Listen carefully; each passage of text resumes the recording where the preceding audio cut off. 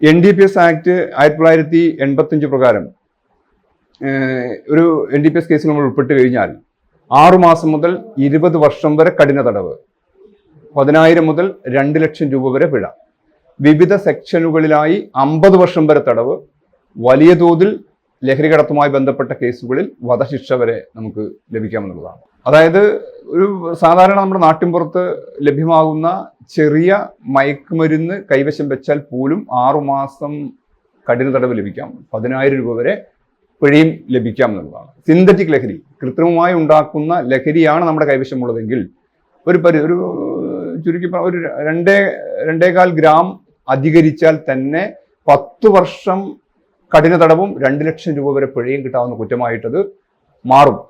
പലപ്പോഴും ഞങ്ങളുടെ കേസിൽ ഉൾപ്പെടുന്ന കുട്ടികൾ 18-നും 25 വയസ്സിനും ഇടയിലുള്ള ജീവിതത്തിന്റെ ഏറ്റവും പ്രൈമായ പ്രായത്തിലുള്ള കുട്ടികളാണ്. അവർ പിടിക്കുമ്പോൾ എന്തിനാണ് മോനെ ഇത് ചെയ്യുന്നു ചോദിച്ചാൽ, മോളെ ചെയ്യുന്നു ചോദിച്ചു കഴിഞ്ഞാൽ അവർക്ക് നിയമത്തെക്കുറിച്ച് യാതൊരു അറിവുമില്ല എന്നുള്ളതാണ് പറയാൻ കഴിയും. നിയമത്തെക്കുറിച്ച് അറിവില്ല എന്നുള്ളത് നിയമം ലംഘിക്കാനുള്ള ഒരു ലൈസൻസ് അല്ല. ആ ശിക്ഷ അവർ അർഹരാണ്, അത് അവർ അനുഭവിച്ച് മതിയാവും എന്നുള്ളതാണ്.